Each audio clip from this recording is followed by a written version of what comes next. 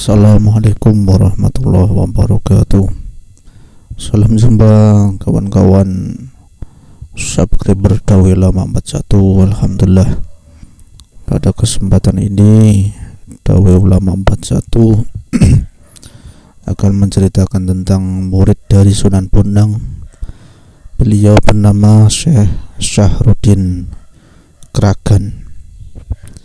Tepatnya pada tahun 1479 Masehi di Lasem adalah sebuah kadipaten, dan yang menjadi adipati saat itu adalah Raden Wirabodro. Pada saat itu rakyat Lasem rata-rata masih memeluk agama Buddha. Setelah kedatangan ulama yang bernama Raden Makhdum Ibrahim atau yang terkenal dengan sebutan Kanjeng Sunan Bonang, beliau adalah seorang ulama yang sangat terkenal di pesisir utara.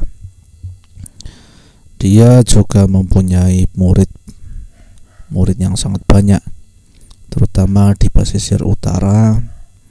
Di antaranya adalah Simbah Imron yang ada di Kecamatan Bulu, Banjar Tuban, Simbah Muhammad Thohir yang berada di Desa Pelawangan Kragan, Simbah Sakur atau Simbah Soro, dan Simbah Muhammad Syahruddin atau Raden Guntur. Dengan datangnya agama Islam di Kadipaten Lasem, yang saat itu masyarakat Lasem masih banyak yang memeluk agama Buddha, akhirnya banyak yang memeluk agama Islam, termasuk sang adipati Wirabodro. Diam-diam juga memeluk agama Islam.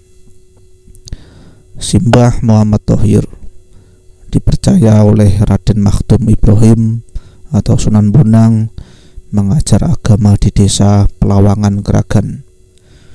Pada suatu saat di Kragan sebelah barat, tepatnya di Putuk Woro, digegerkan oleh ulah seorang berandal yang membuat resah masyarakat, terutama orang-orang yang baru memeluk agama Islam. Berandal tersebut bernama Berandal Galingsong. Mbah Muhammad Thohir merasa khawatir dengan ulah Berandal Galingsong yang menetap di Putuk Woro. Akhirnya Simbah Muhammad Thohir pergi menemui gurunya, yaitu Sunan Bonang, untuk meminta saran supaya Berandal Galingsong pergi dari Putuk Woro. Berandal Galingsong ini punya kesaktian tinggi dan sangat kejam.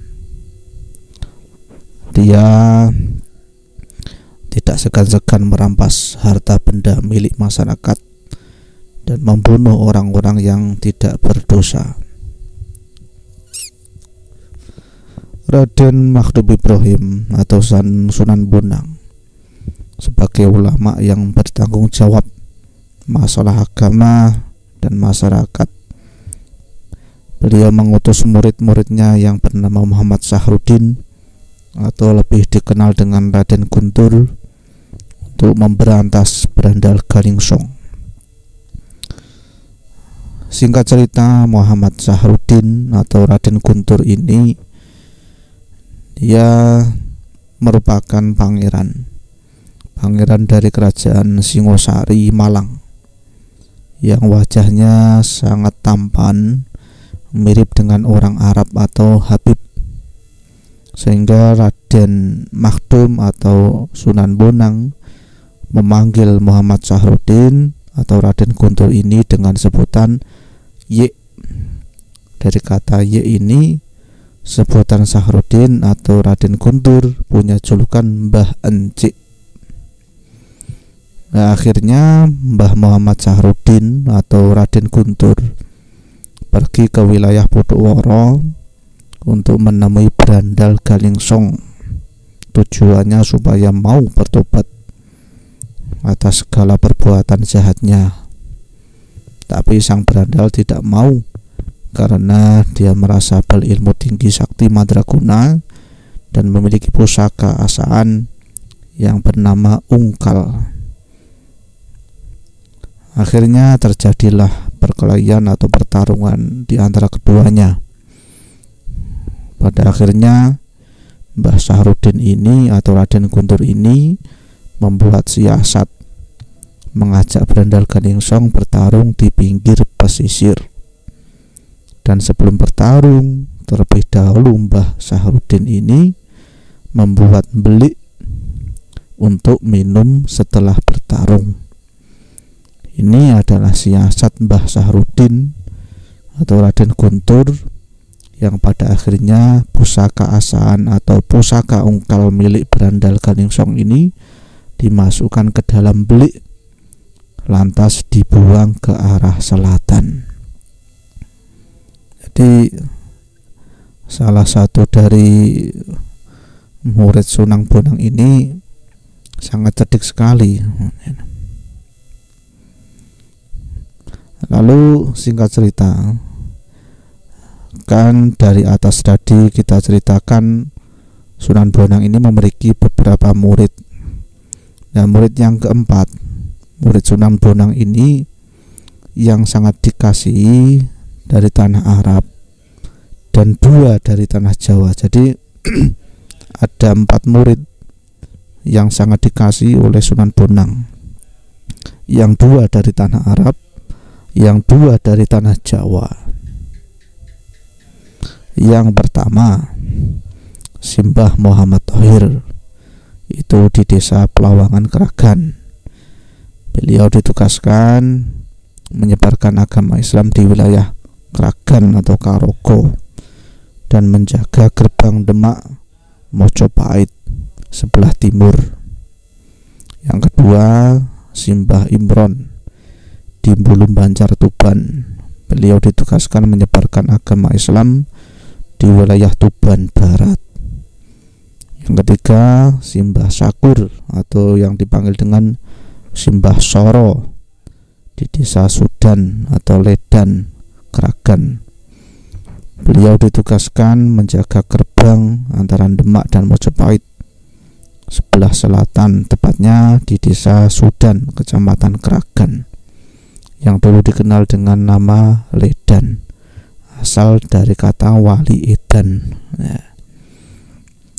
Dan julukan Mbah Soro asal dari disobo wong sing loro-loro, atau beliau merupakan tabib. Jadi Simbah Sakur ini sangat terkenal dengan ketabibannya, ya. Yang keempat, murid dari Sunan Bonang ini bernama Simbah Muhammad Sahrudin atau Raden Guntur, pangeran dari kerajaan Singosari, Malang. Ya, beliau karena mukanya mirip Habib, makanya disebut Mbah Simbah Encik, ya.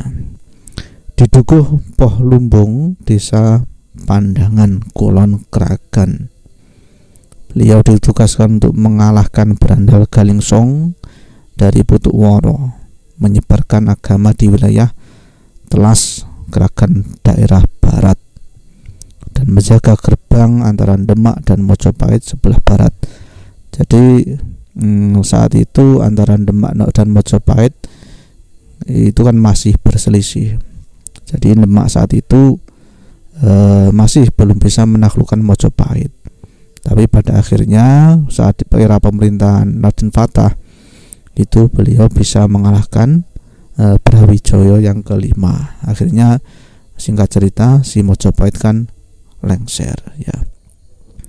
Ya, begitulah cerita dari murid dari Sunan Bonang yang sangat sakti luar biasa, bisa mengalahkan Brandal. Ya, semoga kita semua dengan menceritakan wali-wali ini dapat menimbulkan turunnya barokah kepada kita, sehingga kita mendapatkan serpikan dari barokahnya para wali. Sekian dari saya. Wassalamualaikum warahmatullahi wabarakatuh.